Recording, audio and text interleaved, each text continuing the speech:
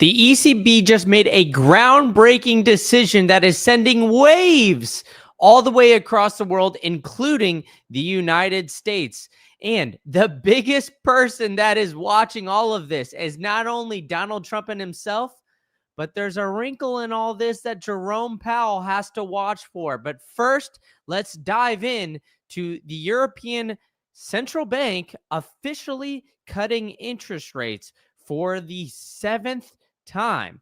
Now, the ECB has been cutting interest rates because they've warned of deteriorated growth, and there's an outlook on their trade tensions. They're actually citing the reason for this cut is big in part because Donald Trump and the tariff war. They are worried about the trade tensions and economies and growth slowing across the globe. So they continued to cut interest rates. And this was all seemingly very anticipated here. They've cut the ECB's deposit facility rate to 2.25, and at its time in mid-2023 was at 4%. So the tariff developments in recent weeks are widely seen by analysts and economists as a key reason for the ECB to cut these interest rates. But that doesn't mean that it hasn't come with controversy. Donald Trump posted this on Truth Social, saying the ECB is expected to cut interest rates, and yet too late. Jerome Powell of the Fed, who is always too late and wrong, yesterday issued a report, was another typical complete mess. And lastly, he said Powell's termination cannot come fast enough.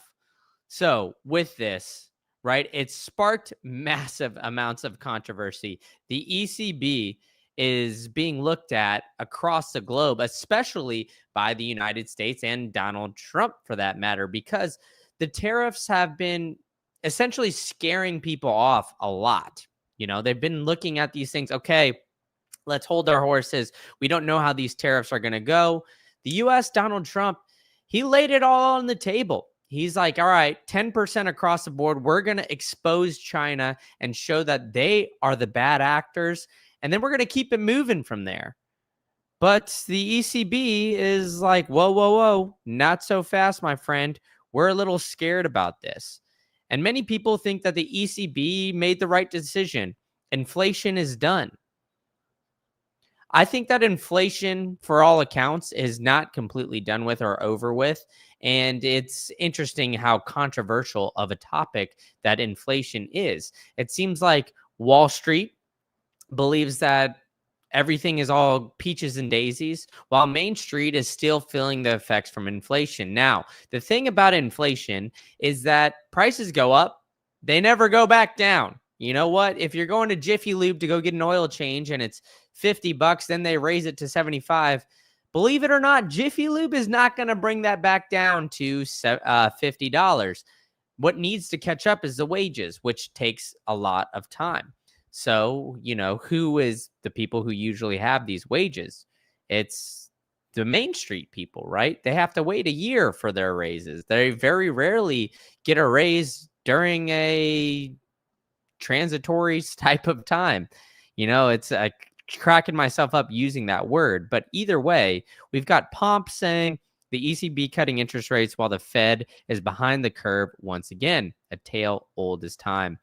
But I want to show you guys this clip here by Elizabeth Warren, who is a firecracker to say the least. And she is very upset at the thought that that Jerome Powell could get fired from this. Now I'm going to play this clip. But I really want to make a pitch here for a second about the importance of Powell staying in his job. Look, and it's unusual coming from you. You're very critical of him. I have tangled with him on a regular basis about both regulations and interest rates.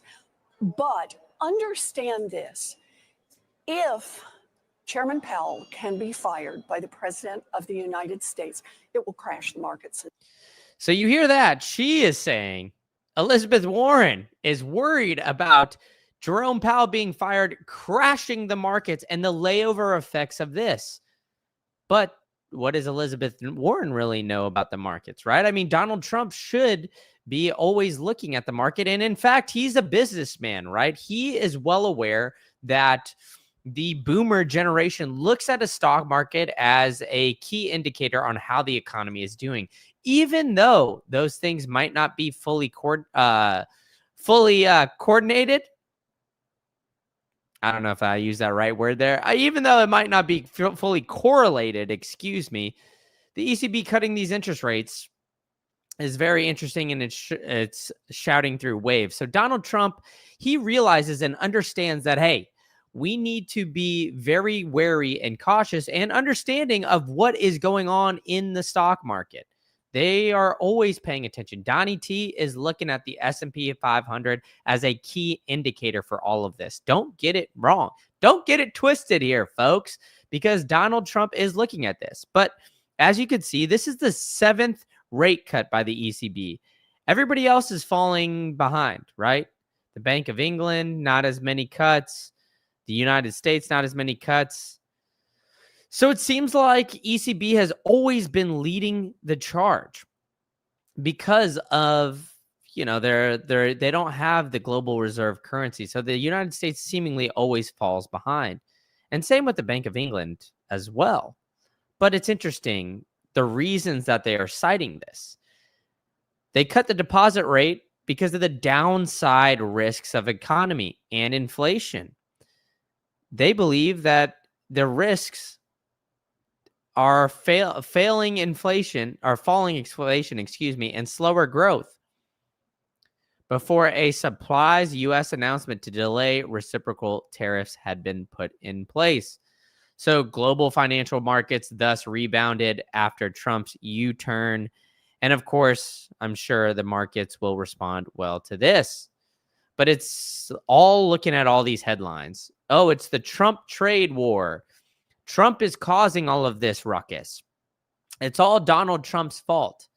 Well, Donald Trump, his main mission through all of this has been trying to get Jerome Powell to cut interest rates. Look, I'm not saying that we should have interest rates very low. In fact, I think having interest rates a little bit higher, maybe not as high as they are right now, but interest rates above zero, for that matter, puts a little tension on the market, and that tension in the market is a good thing. Money should not be free. We shouldn't be able to borrow. I mean, I'm sitting in this house here. I got this mortgage rate at 2.75. To be honest, highway robbery. You should not be able to do that. Right? So the talks of this being a Trump trade war is very interesting because they're looking at this and, of course, the euro is always looking at how the euro versus the dollar is going to do when these moves are made, the reactions between the two of them. The euro USD cannot develop any downside momentum, allegedly, after the rate cut. Now, it's interesting, right? Why do they think that the euro will not fall against the dollar when they're cutting rates unless the U.S. is going to be shortly behind? Donald Trump has been putting massive amounts of pressure on Jerome Powell in order to cut interest rates. This might be the move that needs to be made in order to push Jerome over the edge. Good old JP, he's ready for it, right? But I think in the interim, we're going to see Trump really start to lay the hammer in. Trump is angry. Trump is upset. Trump wants this man gone. He's been saying it for a while. And if he wants Jerome Powell gone, he will fire Jerome Powell. He's in fact even said that. Let me see if I can pull up the clip of this because he's said, here we go. He said he wants him gone. Now let's listen in. You said that the termination of Jerome Powell cannot come fast enough. He says he won't leave even if you ask him to. Oh, he'll leave. If I ask him to, he'll be out of there. But I don't think he's doing the job. He's too late, always too late, a little slow. So Donald Trump said something interesting there. No matter what, he's always moving too late. And if he wants him out of there, he will get him out of there. Right? So it's interesting because they, in fact, even talked about the ways to get around the Fed, which allegedly is a privatized organization, in order for the United States government to intervene and cut interest rates. You gotta love it, folks. The drama and the theater of the macro environment is truly here. We had 4 years of a big nothing burger where everybody was just sitting by the wayside feeling inflation.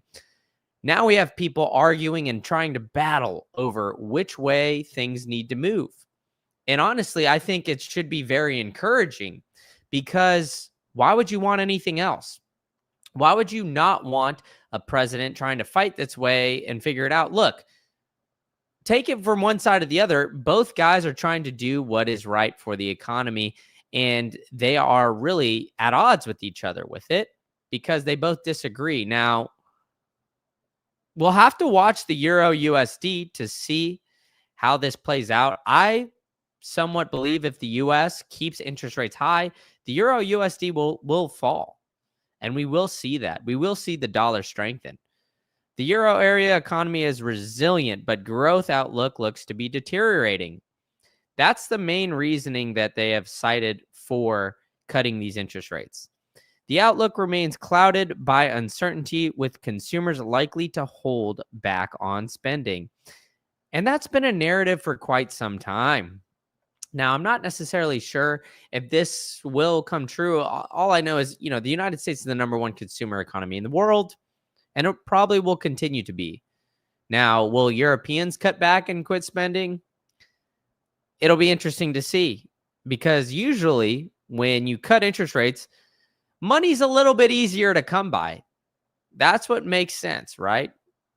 So if it's a little easier to come by, then we're looking at, the potential of more spending.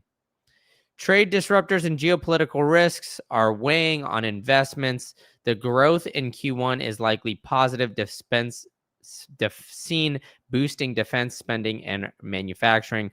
Risks to growth are tilted to the downside, especially from dampened efforts and financing conditions. Now, we'll have to continue to watch this. We'll see that the ECB cutting rates is extremely frustrating to Donald Trump. You saw him in that video. He was really upset. He said, if I want him gone, he is gone. And I think that's the biggest issue here, is that if Donald Trump wants Jerome Powell out of here, he will kick him out of here. And this might be the final straw. The ECB cutting rates, doing it by leading the charge here. Yet again, I think this chart is going to be very telling, where we are seeing the ECB continually lead the United States. You see it. They lag every single time. The ECB already cut rates twice by the time the U.S. cut it the first time, and they keep continuing to cut rates time and time again. Now, if this is your first time coming here, I really appreciate it. Hit the like button. Hit the subscribe button.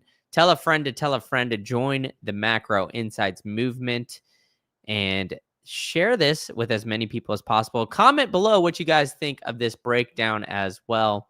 And thank you guys all for tuning in.